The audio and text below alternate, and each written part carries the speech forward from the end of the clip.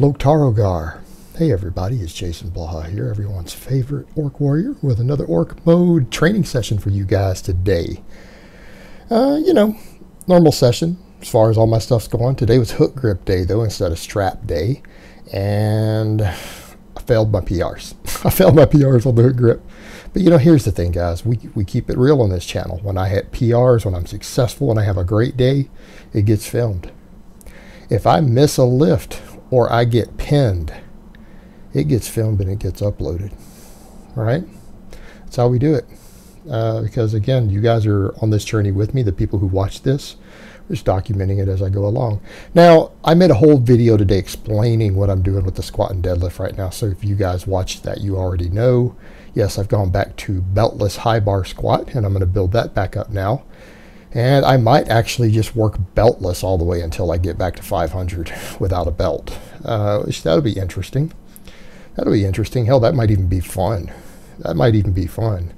And then I think at that point, no one's even going to argue that I'm decently strong at that point, right? I mean, that's not like world-class level. Like, oh my God, he's amazing. But it's respectable. I think anybody who's got a beltless 500 squat, I think that's respectable. So I might go ahead and do that, because again, I like beltless training. I think it builds a better base anyways. I've always been a fan. You guys know I went back to a belt for a little while. And it's always funny, it's like I go a couple years without a belt, and I've always historically done beltless and belted bases for everyone. I kind of got enough time for I said I'm not really big on belts anymore at all. And I didn't wear a belt for a couple years, 2 or 3 years at all of anything, even deadlifts, which I've never really liked belts on deadlifts. And then I throw a belt on and everyone freaks out, right? They freak out and they're like, oh, you're such a hypocrite. You're such a hypocrite. Well, I mean, I do pick on belts sometimes. Belts let you lift more weight. They are a form of equipped lifting. They're a form of equipped lifting, guys. They are. They give you an advantage. And I'm not going to use that silly line people use, well, there's no belts in the jungle. Well, there's no calibrated plates or bottles of testosterone in the jungle either, guys. Just throwing that out there.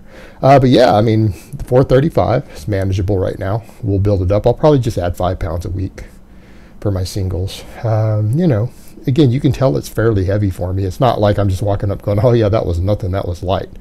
I mean, it's decently heavy for me. I'm actually having to work to squat it for a single.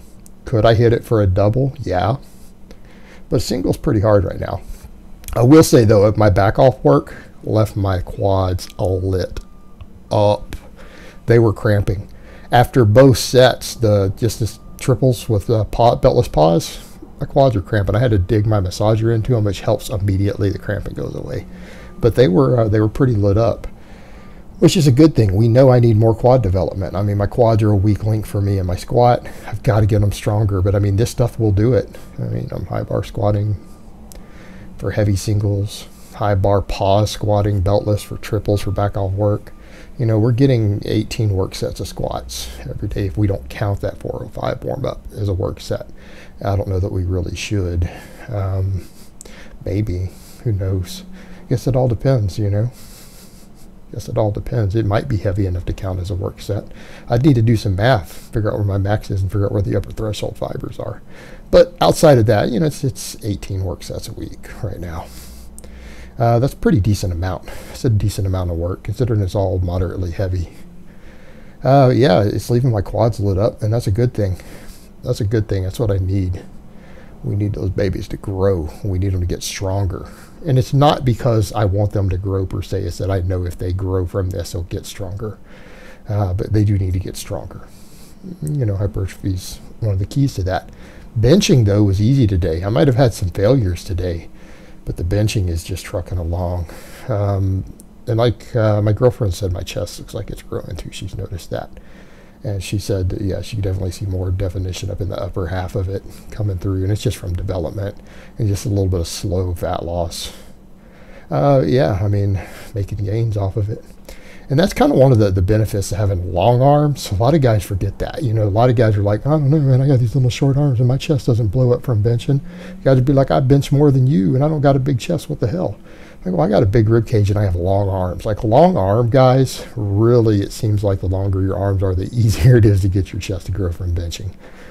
Like with a lighter weight than someone else. In other words, you might end up with longer arms. A 50-pound lighter bench will give you as big of a chest as someone else, and it's because you have to move the weight so much further. Like if you guys watch that, look at the amount of arm travel involved. That's the pecs having to do a lot of work, particularly down at the bottom. You know, especially since I'm not arching real big. It's a lot of work. My chest is really working on these, particularly the back off triples with those pauses. Yeah, absolutely. So yeah, but the base building is coming along good with the bench press again. I don't think it'll take me real long to have a decent bench. Because like I said, I didn't bench either for a couple years. People forget that because of all the nonsense I had going on. It was hard to train, and I mostly just did overhead pressing and deadlifts and rows and then chin-ups at home. Did a lot of chin-ups at home. It's pretty much all I did for 2 years, guys. But, you know, I've got a way to train on my own now, train at home. I can't be interrupted. You know, I can just lock the iron bars on my door, and then I don't have to worry about anybody even showing up at my door harassing me, crossing the no trespassing sign. I can train in peace. So even if people figure out where I live, I can just lock everything down. I can still work out.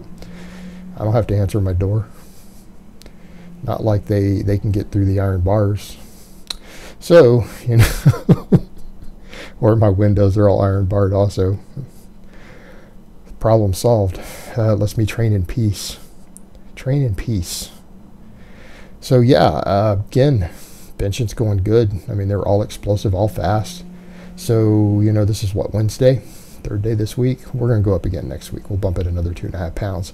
But I think by the end of the year, I'll probably have a decent bench. I'll have a decent bench. Especially if I keep losing body weight. People say, oh, your body weight, your bench will suck. Even if you put another 20 pounds on it. It's like, okay, but if I lose 20 pounds and then put another 20 pounds on my bench, I think it'll be decent. I think it'll be a respectable bench. Especially with it paused and everything legit, no butt coming off the bench, it'll be respectable. You know, again, it won't be amazing. But we just want to be strong, guys. Do what you can do. And that's what I'm doing. I'm going to take this as far as I can. I'm going to get as strong as I can doing all this. Maybe I will be amazing if I keep this up for a few years. But, you know, we take those small victories. Just get stronger, guys. You know, it'll sort itself out. Just continue to get strong. Train heavy, train hard. Work with your fatigue management. Train as heavy as you can, as often as you can, with as much volume as you can recover from. Manage your fatigue. You know, keep your diet on point. Get plenty of rest. You know, do it long enough and you'll get strong. All right, you just have to be consistent. It's about time. You know, I won't really be where I want to be at the end of this year, but, you know, maybe if I keep this up the year after that or the year after that, 3 years down the road, I might actually have some impressive numbers. But, you know, we're not going to know till I get there. All you can do is just work at it. And anybody can get really strong if you're willing to put in enough years and at least eat enough protein and get good nutrition and sleep, and you're willing to train heavy all the time, and you do it long enough, anybody will get respectably strong. I don't care what your genetics are, as long as you don't starve yourself. The hook grip, though, guys, I tried 515 today. I failed both times. And like the first one, it slipped a few inches off the floor, and I thought, you know what? I'm going to chalk my thumbs up. I'm going to orc mode this up, and I'm going to come in, and I'm going to grip it and rip it, baby. Because I'm not going to accept failure, you know, Loktar Ogar, victory or death. Well, let me tell you how that went. I got it almost to lockout. Some people, if they watch a lot of people's deadlifts, they would look at my deadlift on the second one and say, no, you got that.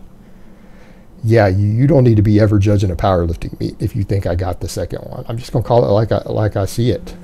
Objectively, as someone who is a powerlifting meet judge, I am certified in the WPC to referee. All right, I've taken the class. I passed the exam. All right, this next one would fail at a meet.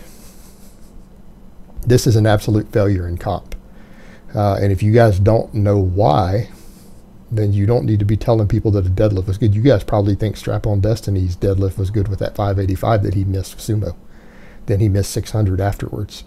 If you think I got this lift, you might think he actually got his 585. He missed it, just like I missed mine. Missed the lockout.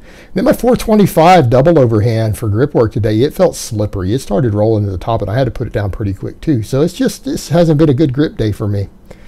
we'll do better tomorrow. That's the beauty of it. We train every day. We'll do better tomorrow. All right, guys, but that's really all I have to say on that today. I hope it's been informative, and I will talk to you guys next time.